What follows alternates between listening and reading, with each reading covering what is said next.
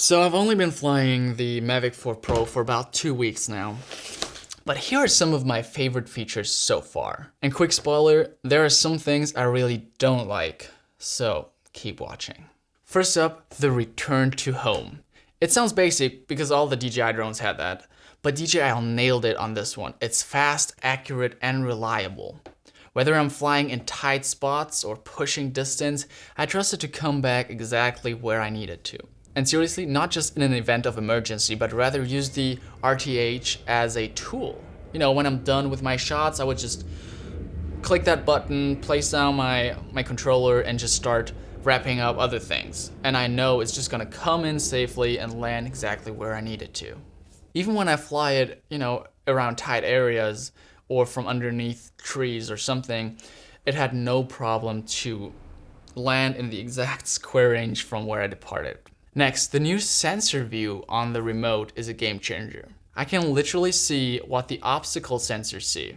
It gives me way more confidence when I'm flying close to trees, buildings, or under bridges. It's like having an extra set of eyes watching your blind spots. It almost gets you close to what you can get out of an Inspire 3, where you can have a separate view for the drone operator and the camera operator. This feature is not just available for the RC2 Pro, luckily, but also the RC2. All you gotta do is swipe the little map or radar image down in the corner. Now let's talk about low light performance. The main camera on this drone is ridiculously good in dim conditions.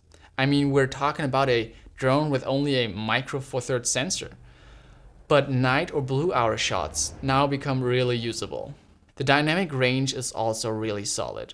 I've been really impressed with how well it handles highlights and shadows, especially in fast-changing lightings like sunsets or high contrast environments. The first time I unpacked this drone and just looked at the monitor, I was already blown away. Okay.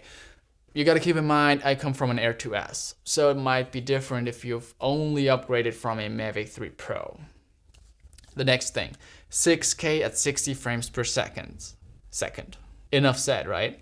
That's just a dream for post-production, slow motion and reframing an edit. Now what really sets this drone apart is the 3 lenses.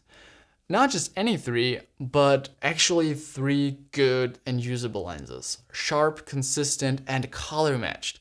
Enough to be usable on professional projects. Next thing, the flight time. It has been so solid so far. I'm consistently getting long enough flights to get what I need in one battery. And that's also the reason I only have one.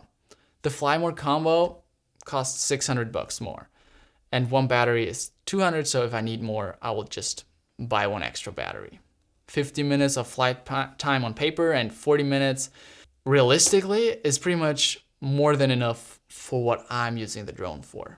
One thing that's really surprised me is the sound of the drone in flight. It's quieter and lower pitched than the previous models, which just makes it way less distracting on set or even just flying it around people.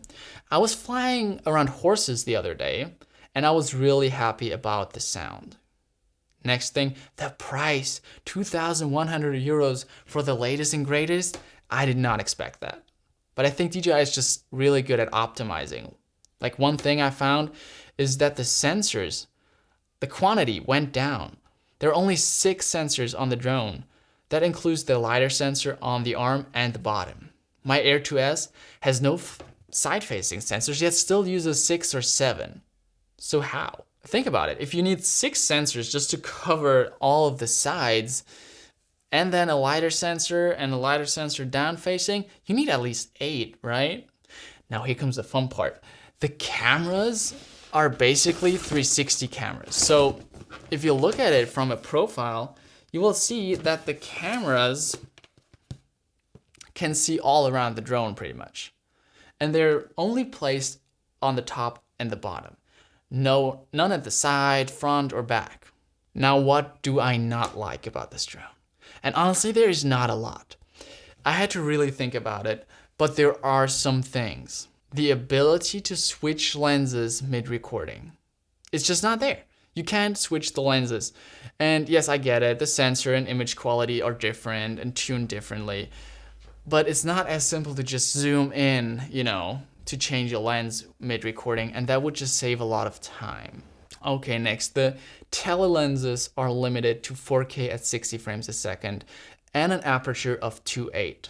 It's fine for most shots, but if you're coming from that main sensor and go to the other one, it's a noticeable drop in quality, especially in low light. Next, no shallow depth of field. Especially for the zoom lenses, this would be really nice. And yes, I know why we don't have it. And also I see a lot of use cases where deep depth of field makes way more sense, but still it would be nice to have that option. I guess you really have to upgrade to an Inspire 3 to get those kind of shots. Next thing, still related to the cameras, changing settings between the lenses.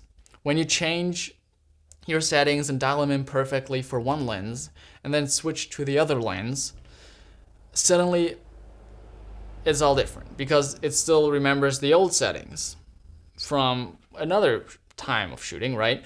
So you will have to dial in the settings again for that lens. And if you switch to the third lens, same thing. It just takes so long. It'd be so nice if you would change the settings for one lens and then it would just reapply those kind of settings to the other lenses so it doesn't take as long. I mean, overall, all of those things are nitpicks. This drone is powerful, really well thought out, and very clearly built for professional use. If you're a filmmaker or content creator looking for a serious tool, well, this might be the way to go if you don't have the kind of budget to, go Inspire level. Let me know what features you want me to test next, or if you want to see some sort of side-by-side comparison to a previous model or something like that. See you in the next one.